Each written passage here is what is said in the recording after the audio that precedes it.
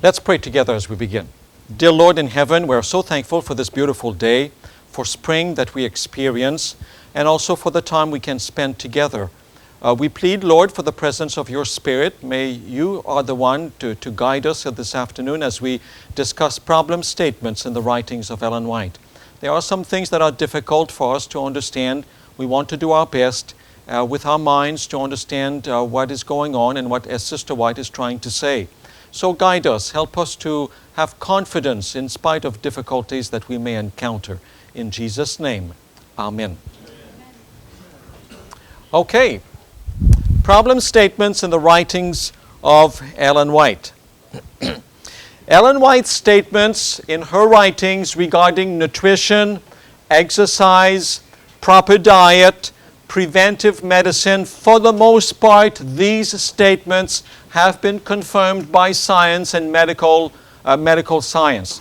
Over and over, we read things in the newspapers, in medical journals, in Newsweek, Time, whatever it may be, things that confirm what Ellen White said so many years ago, particularly in these areas of diet and nutrition and health. Basically, those have been confirmed. So we're very happy with this.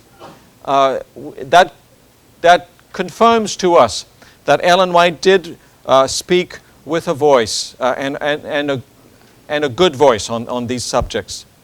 Yet there are some statements that refer to some science issues that generally receive a lot of criticism regarding what she said.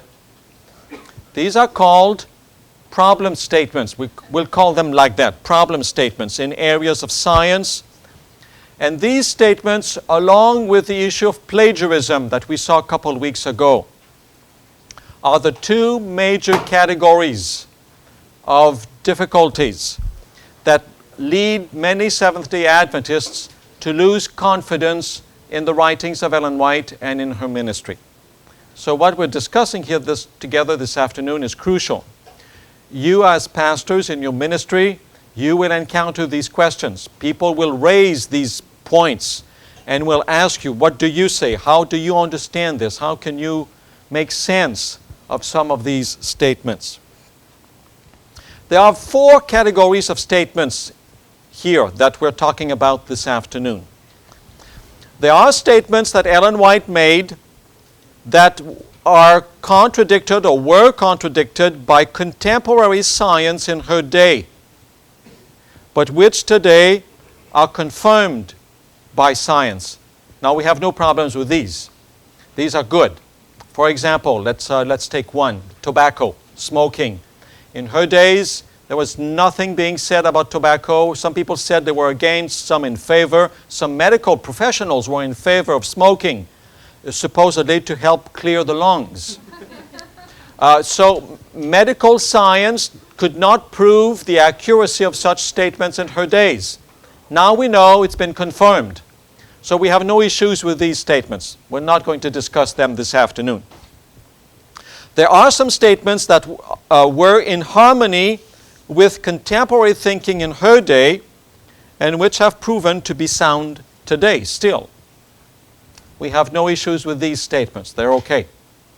They were approved, they were confirmed in her days, they're still confirmed today.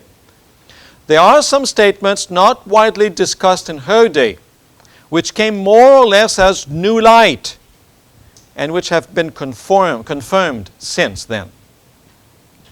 So those also we do not have much difficulties with. It is category 4 that's where the difficulties are. Some statements in harmony with contemporary thinking in her day, but which science since then has generally repudiated and said this is not true, this is not accurate, this is impossible, whatever the opinion may be. That's the category of statements that is difficult. Now, I would like you to note that the category of statements in the first three categories, all these statements in the first three categories, is by far exceeding those in category 4. There's a whole lot more that she said that has been confirmed since then, and today we agree with. So it's a small category that falls into number 4.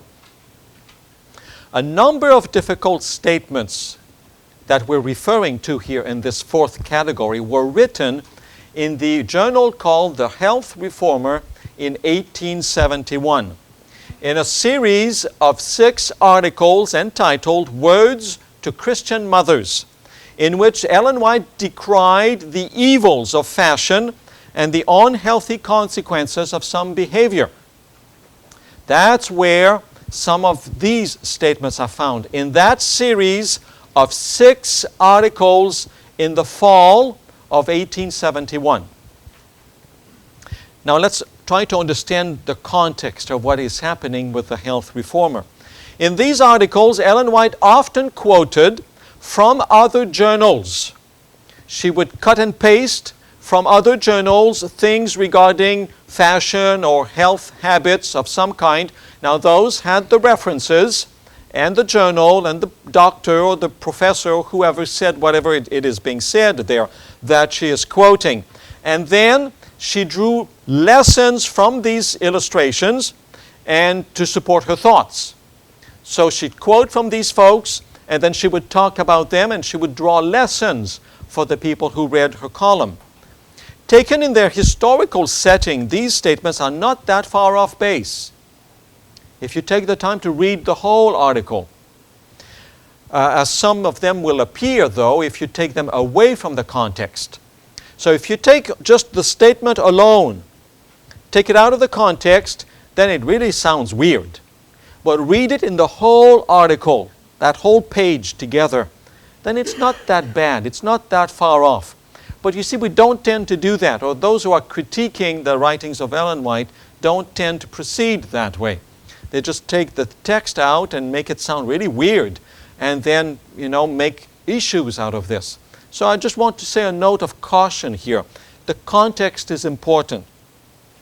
The Health Reformer was the first Adventist journal devoted to health education. You remember that was part of one of Ellen White's visions, where God said to her that medical or health institutions should be established, not only to help cure diseases, but also to help people be in better health.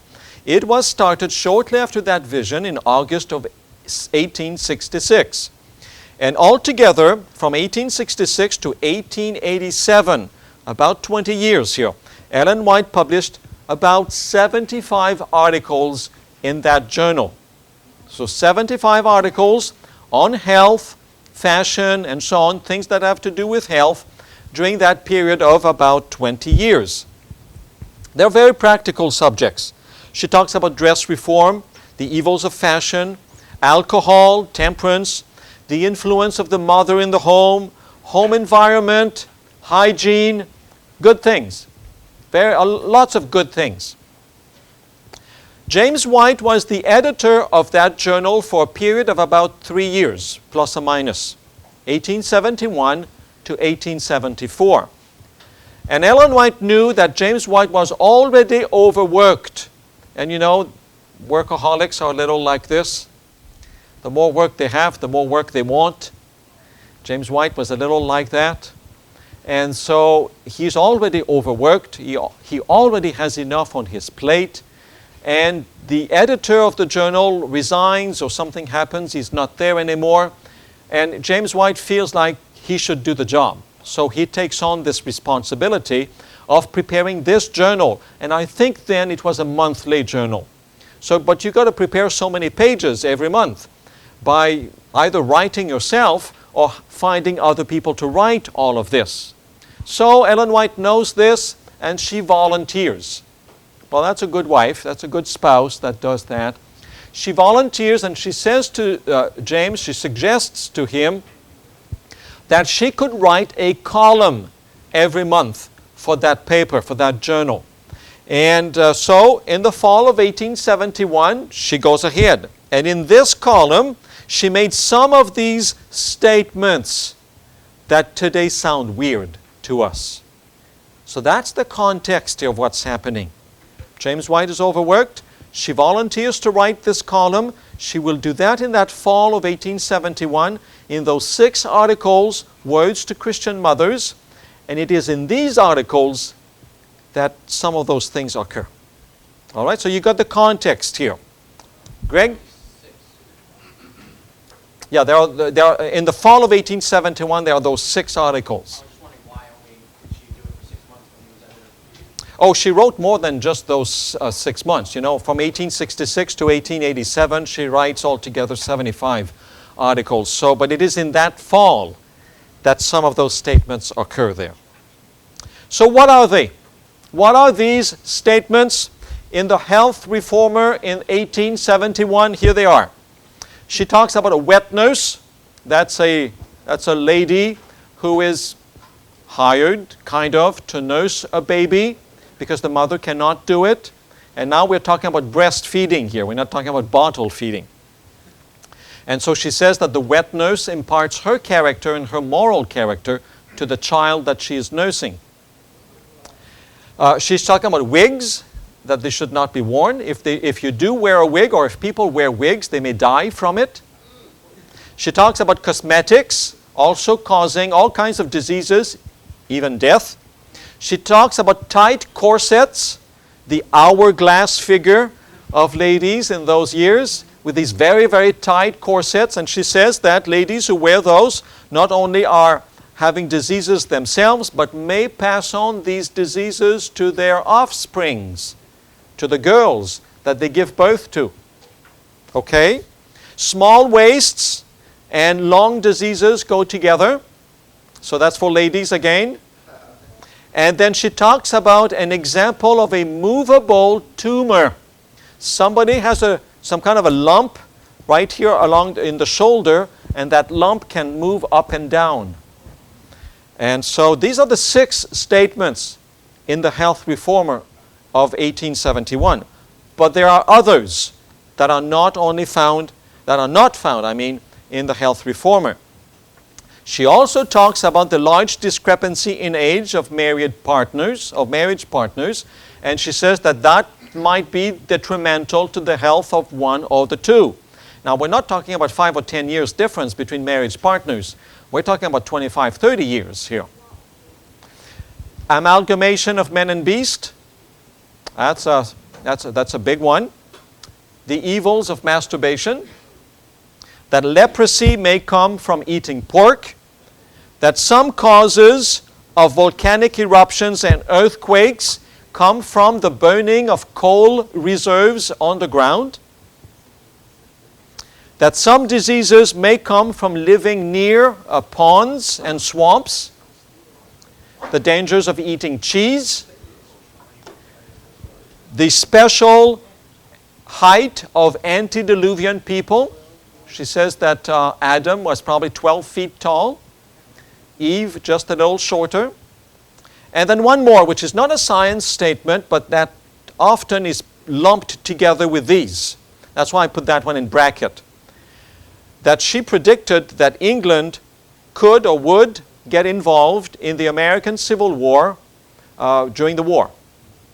And so a lot of people say that this is a false prophecy, it never happened, and so on. And usually that statement on history is lumped with the other science statements here that we refer to. So I've put it here. I think I won't have the time this afternoon to look at all 15 of them. It's too long, it's too much. I will refer you to a couple places. First of all, the text document of this PowerPoint presentation, written by Dr. Kuhn some years ago, has a lot of support material and provides some answers to all of these. So this afternoon I'll take only a few as exhibits to discuss together the major ones. I will leave to you to go check the text document, or the text book that you're using for this class, Messenger of the Lord, provides some good answers for most of these issues also. And so you can look into those. You can go to the White Estate Research Centers and ask to see documents and files on these issues. They have one for every single one of these. And some are thicker than others, of course. But you will find also there some answers. As we do with the sacred and the common. You remember we talked about that many weeks ago in the letters of Ellen White. In her letters, Ellen White, sometimes she mixes common things and sometimes sacred things, or more counsels, spiritual counsels.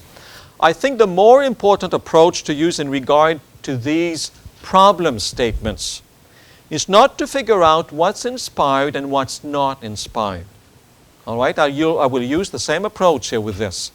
Let's not try to decide this is inspired, this is not inspired. Rather, I would suggest to you what makes a whole lot more sense is to try to attempt to understand the purpose of what she wrote, her intentions. Why did she want to say that? Why did she want to talk about this? What's the purpose? Let's try to get into the context, into the mind of Ellen White, and to the minds of the people who would have heard her say these things or read these things. What is she trying to say? When we try to understand that, I think we've got a whole lot part of the answer already. So let's start with the Whigs. I'll start with this one. Therefore, I'm skipping the wet nurse one. Let me say just briefly on the wet nurse. Modern science has proven that the mood that a mother may be in, not only while she breastfeeds, but also while she carries the baby, can influence that fetus and that young child. Now, can a wet nurse influence also the moral development of a child? That's a little more problematic. But as far as carrying on moods, swings, and affecting the mood of the child, that's okay. The little difficulty with Ellen White is that she uses the word moral, that morally the wet nurse will influence the child. That's a little more difficult. I'm not sure we have good answers for that one.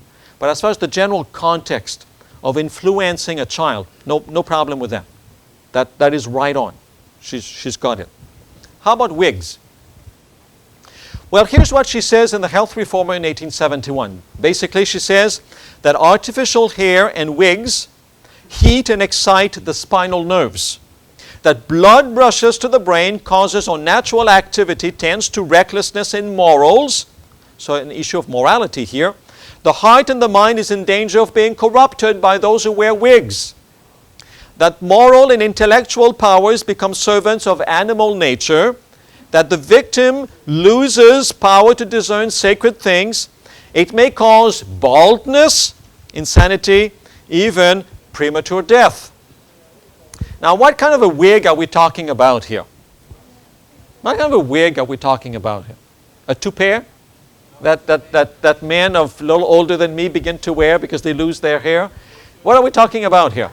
Horse hair. That's right, I heard this. You know these old-fashioned wigs that not church fathers, the American founding fathers used to wear before the Revolution. They gave them up at the Revolution, but before the Revolution they wore these powdered wigs, white things that they put on top of their hair. They wore very short hair underneath, and they put these things on. Some countries still use them today. I think England is one of those where the court magistrates and the lawyers wear these wigs still. Can you imagine? 2006. They still wear these things. And some other countries still do the same thing. That's what we're talking about here. Now, how were they made? How were these wigs made?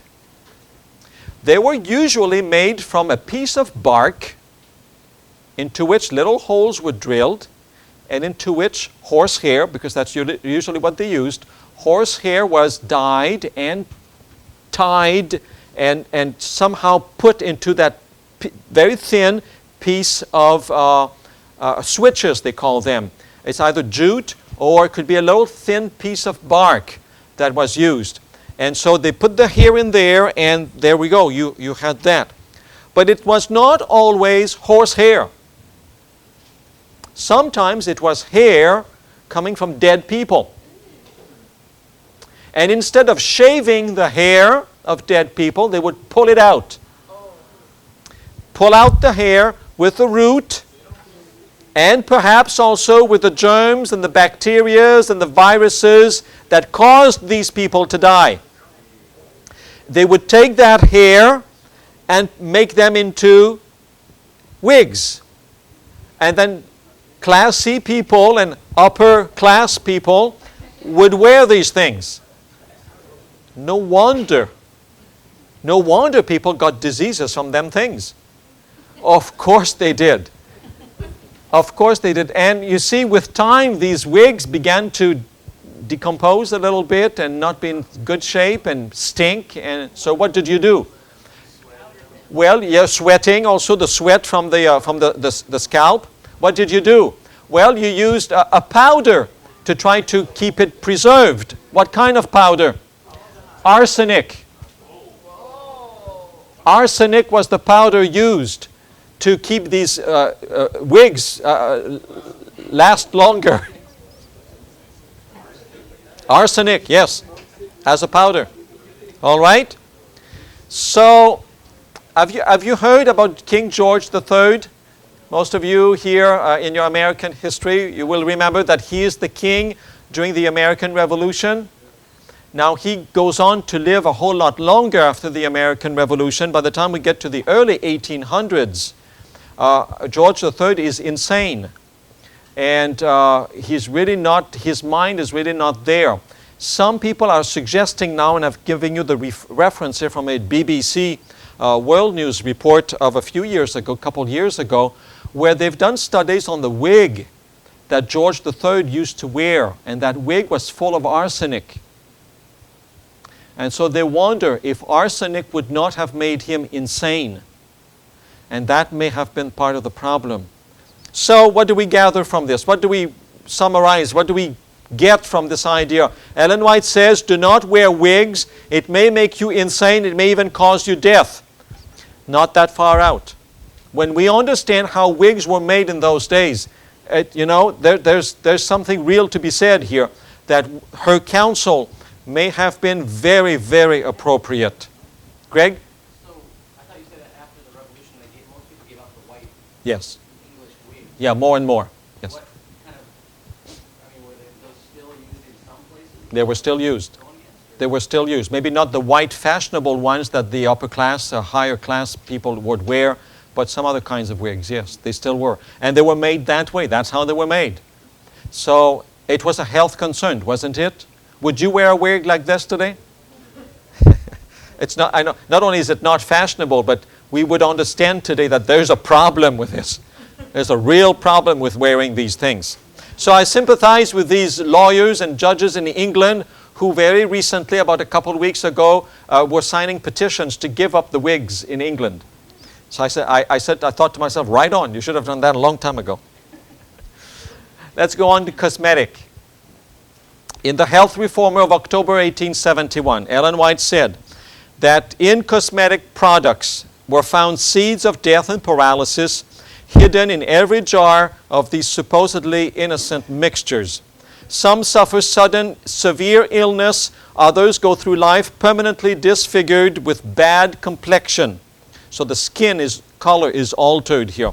Some drop suddenly with their features twisted on one side, perhaps deprived of the use of their limbs. What is that describing? That's a stroke that is being described here by Ellen White.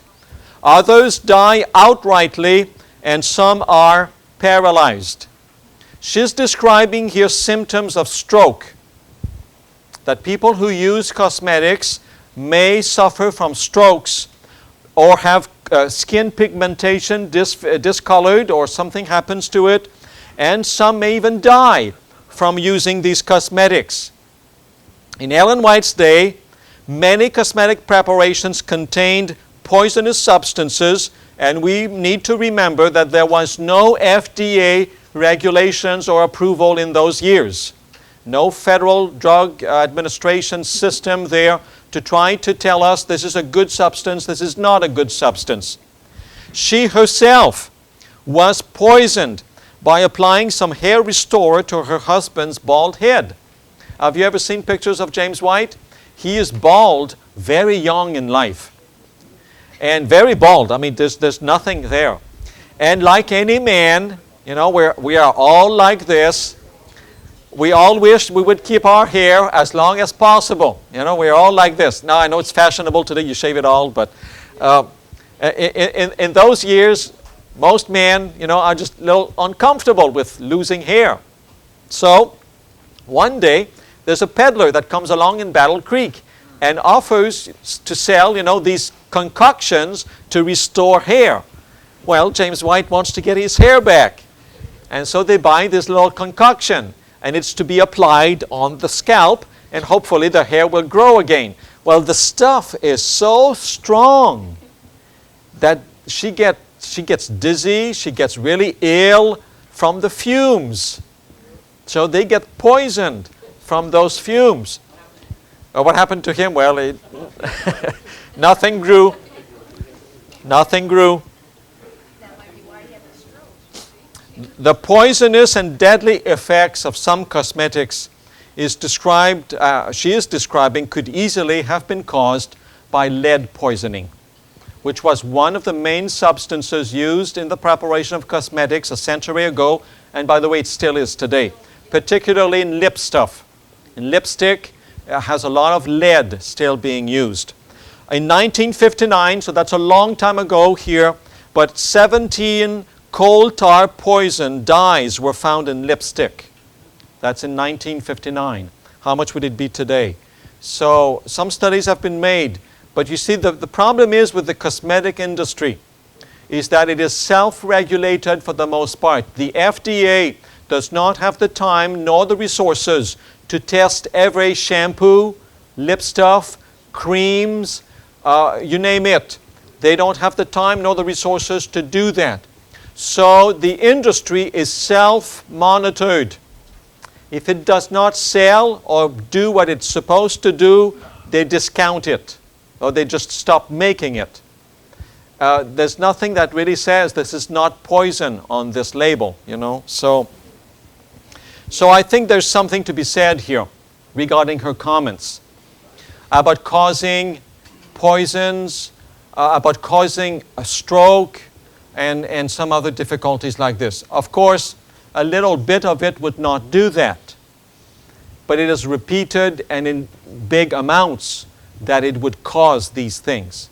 And not everybody is immune to these chemicals the same way as somebody else. So that varies with people also.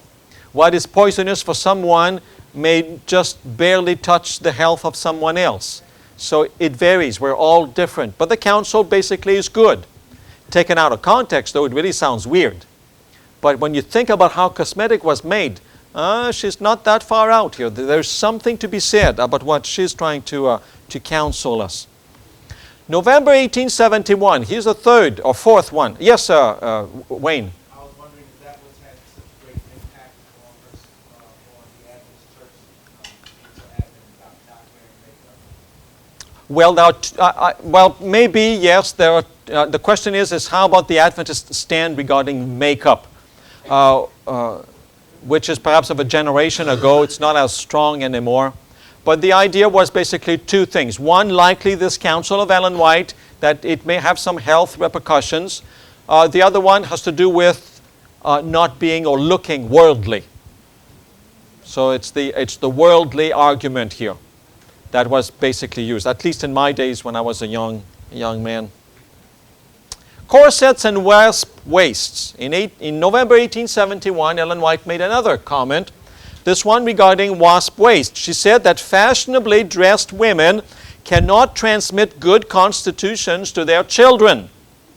Wasp waists of some women may have been transmitted to them by their mothers as the result of the mother's indulgence in the sinful practice of tight lacing and in consequence of imperfect breathing. Poor children of these miserable slaves of fashion have diminished vitality and are predisposed to taking on disease. Now, we have no problem with saying that wearing corsets is wrong. We have no problem with that. And you know, these corsets of a long time ago, most of you have watched Western movies, and you remember these dresses that ladies wore in those years. They wore these tight corsets, and they would tie them very tight from the back, you know, and the hourglass figure would be there for these women. Now, these corsets tightened everything so tight that the lady could not breathe, that the functioning of the organisms, of the liver, the stomach, and everything else did not function well because everything was so tight. But they kept wearing these things in the early months of pregnancy. So, early weeks of pregnancy. So that's no good either. Would it be? No, that's no good. So we have no problem with the idea that wearing tight corsets is not good for a woman. We are clear on that idea. That kind of a fashion is evil, and we agree it's even sinful. Now the problem here with this statement is that she says that mothers who wear these corsets will pass on that hourglass figure and the unhealthy diseases that come along to their children.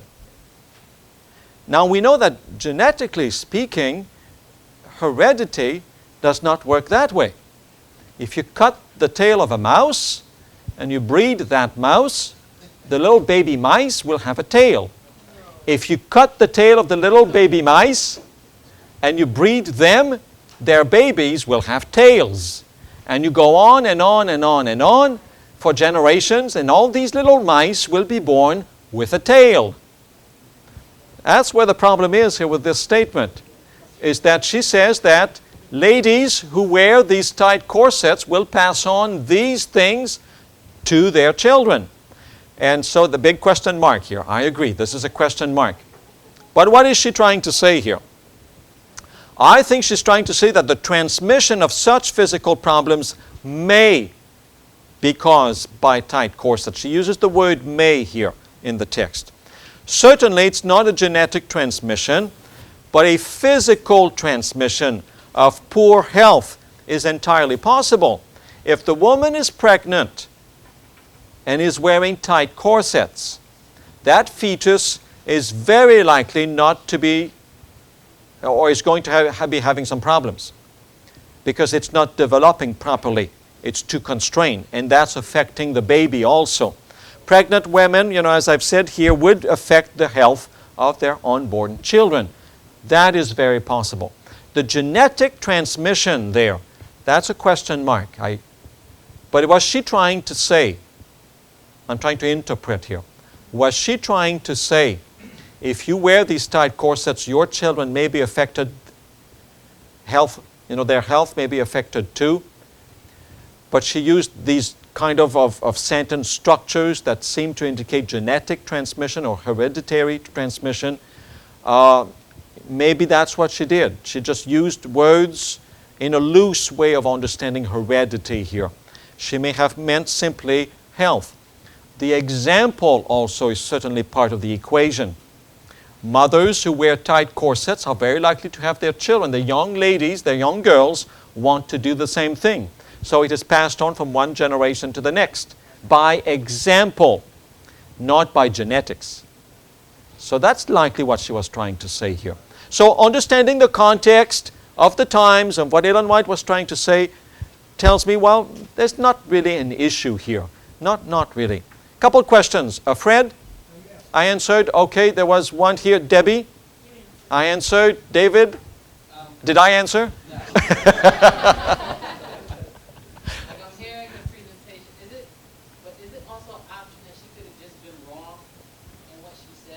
Well, is it possible that she used words that were loosely used and that, to us, to me, because I've got some science background, I've got some biology, I've done my sciences like most of you have, to me that does not equate very well because I've got that little mice example in my head. I know what will happen to a mouse if I cut its tail and what will happen to the babies.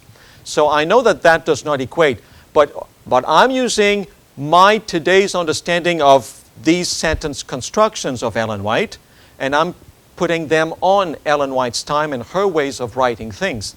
Ellen White was not a scientist. Was she using vocabulary in a way she was not familiar with? And using vocabulary in a way that is a little loose here? Was she trying to say something, but because she used these words, comes across as being a little bit something different? That's the approach I'm trying to use here. I'm not trying to decide, is this inspired, is this not inspired? No, that I don't want to go into that. I just want to perhaps think I just want to think that maybe there's a lesson she's trying to give us here. Tight corsets are not good for one's health. And now how she explains why it's not good may be a little weak, because she may not quite know how to say it well. That's how I'm saying, that's how I'm approaching it. I hope you're feeling comfortable with that approach. I'm not saying she's verbally inspired here, that every word is dictated by God. No, she's using her own understanding and her own vocabulary to try to explain what she's trying to say. There's a good message she wants to pass on. But how is she going to say it that it will make sense to us? Again, I will say she's not a scientist. And she's trying to say it the best she can. That's the explanation I come to. Lenore? If we look at science, how they would use similar words that she's using, explaining how a parent can have something and then seemingly a child will come up with it.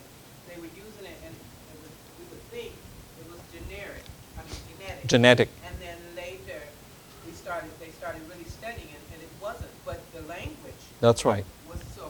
Again, I'm wondering if the language of the time would have used these genetic heredity types of words, and we use them differently today. That's what I'm trying to say here. Greg? Since I haven't read any of these examples, is she drawing some of her principles from what she comes to her vision on it, or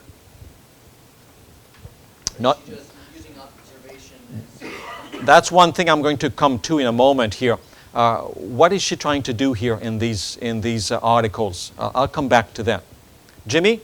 I just wanted to point out that this one paragraph is not as big of a problem as some other ones, especially because the word may. She says Yes. it may have happened. That's right. She's not making a definite statement, but That's right. a possible. It's a possible thing. It's a may. All right?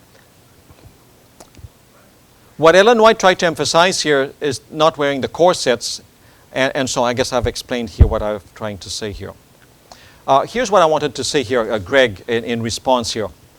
Some people have suggested that in writing these articles in the Health Reformer, Ellen White was simply acting as a columnist, not a prophet. Now, some people have suggested that she wanted to help her husband who's overworked, and that she was offering some counsels on these various issues as a way of filling in paper. There's a page that needs to be filled in, and she's gathering information from various sources. It seems to make good sense to her, and she wants to write that column, Words to Christian Mothers. Others see the counsels offered in these articles as true. You know, the counsel is true. Don't wear corsets. Don't wear wigs. Be careful with cosmetics. True and valid, even though her supporting arguments, the reasons, the whys, the wherefores, may cause some problems to us today because we use either vocabulary in a different way, or we've got more knowledge, more scientific knowledge, and so on. So the counsel itself is good. But the reasons she brings up to support the counsel, that's a little iffy. Some people have used that as a way of trying to understand what she's saying here. Making a distinction. Ellen White, the columnist, not the prophet. Ellen White just giving good counsel she has gathered from some places. The counsels are good, valid. The supporting arguments, though, little iffy. Let's look at some other ones. The difference in age of partners. This one occurs in Health or How to Live, also republished in Selected Messages, Volume 2, at the end of the book. She says in these situations here that older men who marry younger women often have their lives prolonged at the expense of the younger wife. So they keep living, but they die younger because they have to work so hard to keep that old man alive. So, and then another one, she says that it is still worse for young men to marry substantially older women because children born of such union may often not have well-balanced minds, will have peculiar traits of character, and often die prematurely. those who do reach maturity are often deficient in physical, mental health, and moral worth.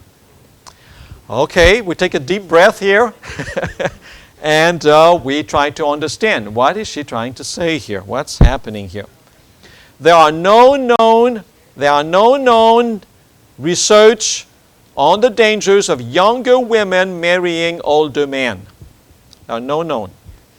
There are many warnings, however, regarding the hazards of older women having late pregnancies for Down syndrome. If I go back to the slide before, look at number 2 there. Some children may not have balanced minds, have peculiar traits of character, deficient in physical or mental health. I wonder to what extent she may have been describing here Down syndrome. I don't know. Down syndrome is something that is recent. It's certainly not in her days to be called that way and to be explained that way. Furthermore, recent studies indicate that at the age of 42, 90% of a woman's eggs are abnormal. And at 27, a woman's chance of getting pregnant begins to decline. All right? That was a heartfelt reaction here. I got that information from Time magazine in 2002. Okay, so what is Ellen White trying to say here in all of this? Ellen White was not opposed to all marriages in which there was a substantial difference in age of partners. She was not opposed to all of them. So we need to take that into account here. A couple of examples. In 1897, Stephen Haskell is 64 and he marries Hetty Hurd, who's 40. Ellen White endorsed this union. Let me say a little more. A year or two before, Stephen Haskell, who's a very good friend of Ellen White, proposes to her. She's been a widow since 1881, and he has been a widower too for some time now. They are both in Australia. They are very good friends. And so he proposes to her. She declines. She says no. But she turns around and she does a matchmaking. She's the one who found Hetty Hurd for him. And there's 24 years difference between the two. In 1902, George Butler, former General Conference president, is 68 years old. He wishes to marry Lorena Waite, who's 33. That's 35 years apart. Her sister and his son strongly oppose the marriage and effectively will end the relationship. They are so opposed to that marriage, her sister and his son, that they will break the relationship. 5 years later, Butler, now 73, will marry a widow of 62, Mrs. Granger. Ellen White wrote strong letters of rebuke to the opponents of the first marriage, of the proposal to Lorena. And so that's interesting that Ellen White, would castigate so much the sister and the son of that in that relationship there. That would be more doubtful to me, because this was just a little boy who was. I know. I mean, there's 35 years apart here between the two of them. So what is Ellen White trying to say? I think she's trying to say a few things here. In her counsel, she raised questions that should be contemplated by any couple today that has widely different age. And here are some of the questions she's asking. In the area of spirituality, is this proposed union the will of God? Would it advance the cause of God? Could the two, if wed, accomplish more for God, married, than if they remained apart? As far as health is concerned, she's asking, are both parties in reasonably good health? Is there a prospect of children born in this union who might thereby be defective? How about compatibility? Does each one love the other? Is each happy with the prospect of the marriage? Can or will each love the other and provide tender, loving care? Will each enhance the other? So these are some of the questions that Ellen White tries to ask in that context here of the wide difference in age of partner. So Is there credibility to what she's saying? Yes, to some extent there is. Not much scientific proof to support everything. But as far as an older woman giving birth to children, late pregnancies, yes, that we know now. That might be a factor to really, really take into account. Remember, in those years, birth control methods did not exist as good as today. So, yes, if you get married and you get pregnant and you're on your way to 50 or so, or a little younger, what will the child be like? Those are questions to ponder. And I think she wanted to raise those questions. Taken in the context of the day, they make a whole lot of good sense. All right, let's take our break. Let's take our 10 minutes and we'll come back with some other issues.